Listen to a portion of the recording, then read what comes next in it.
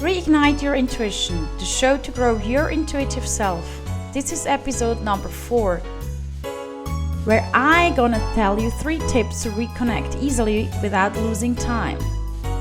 My name is Angela and I'm your host of the show and a highly intuitive person by birth who never lost her connection. I'm the expert in supporting you regaining your intuition and living a fulfilled and much easier life with it. Trusting fully your intuition takes time and is a very individual process. I share with you my knowledge and strategies I have developed to support yourself on a daily basis in any situation. By signing up to my freebie, you can support yourself to connect with your intuition. Go to angelahack.com/en4. I'm getting asked very often, how can I reconnect to my intuition? And what do I have to do? Because I'm busy. I'm in a hurry. I'm running around. I must admit, we're in a fast world. And we do not have time to meditate 2 hours a day. Honestly, I guess I'm the worst meditation person ever. I do not meditate very often. I take time to breathe if I think about it. Sometimes I just forget it. But I'm not Mrs. Meditation. And that's what's very important to me for all of you to know. Whatever is your style, your way is the right way. It has to feel right. The same if you go to any event regarding your intuition, your personal growth, etc. Take out of the event what's important and in it for you. Don't take everything. Most of those people do not like others to just take everything as it is. Think of it, discuss it. Do not just take it as it is. Just take your own thoughts and your feeling and put it together, and then you know what's yours and what's not yours.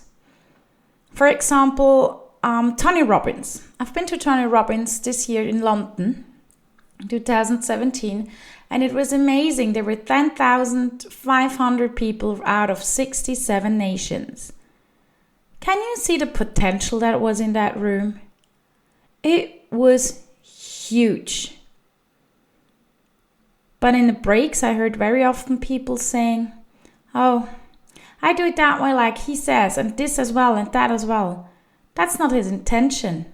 His intention is to bring us further on, to let us go ahead with who we are, to let us grow, but not just to be a copycat. You can't copy anybody. We are all different people, even when you're twins.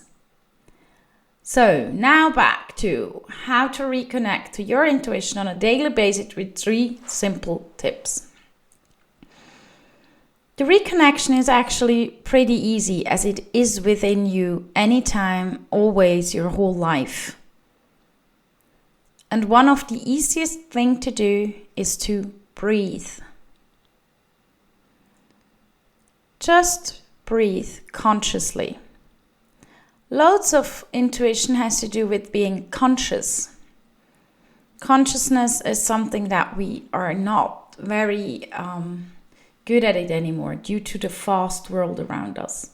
But for example, when you sit in your office chair, put one hand on your heart and take 1, 2, 3 deep breaths. Whatever suits you. It's like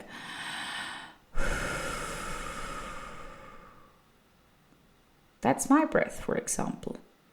Yours might be shorter or longer.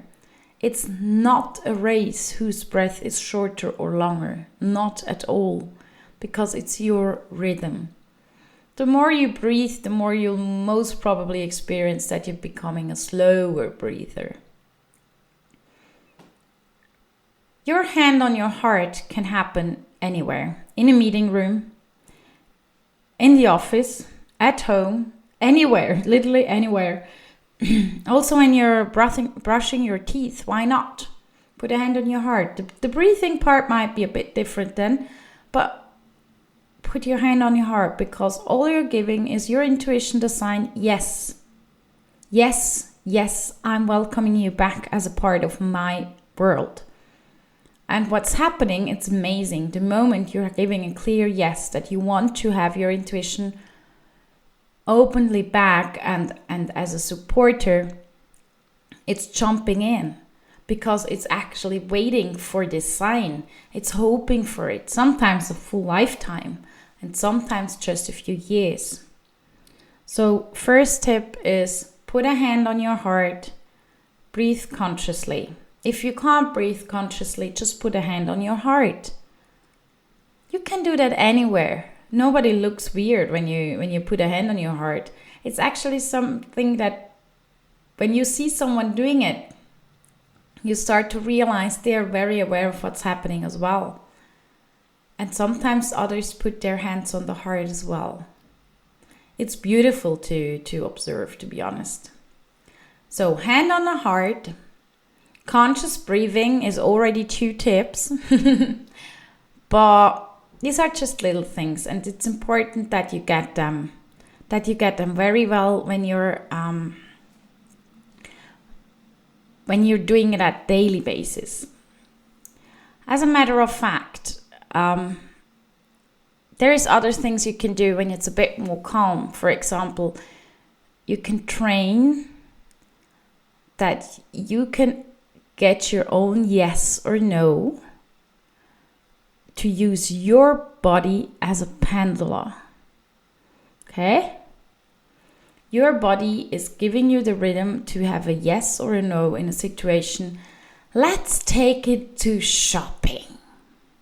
I'm not sure if men are less shoppers than women, so why not shopping as an example? You can train your body to give you a clear information when you're standing up straight. You're back to the breathing part, you breathe down to your feet, and you ask your body to give you a clear yes. You might just be leaning a bit forward, and it's gonna be a bit forward and back, very slightly. Or it might turn you a bit around. Or it also can happen that's going a bit backwards. Whatever is your yes is your yes.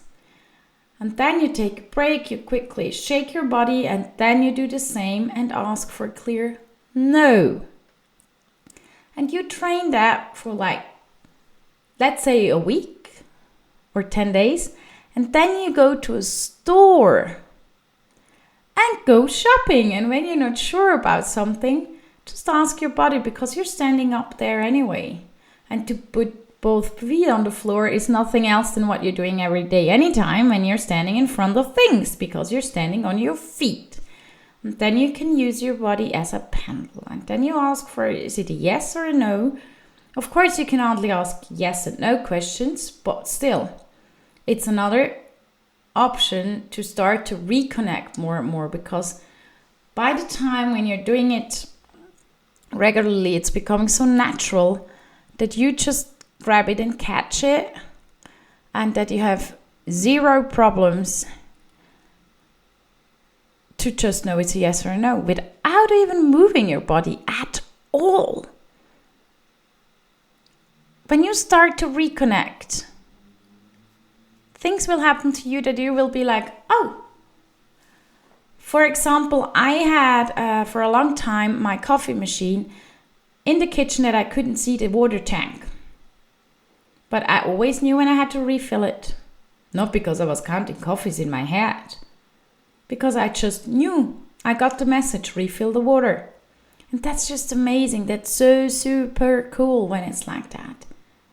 It's so important to have things that when they're like that it's awesome.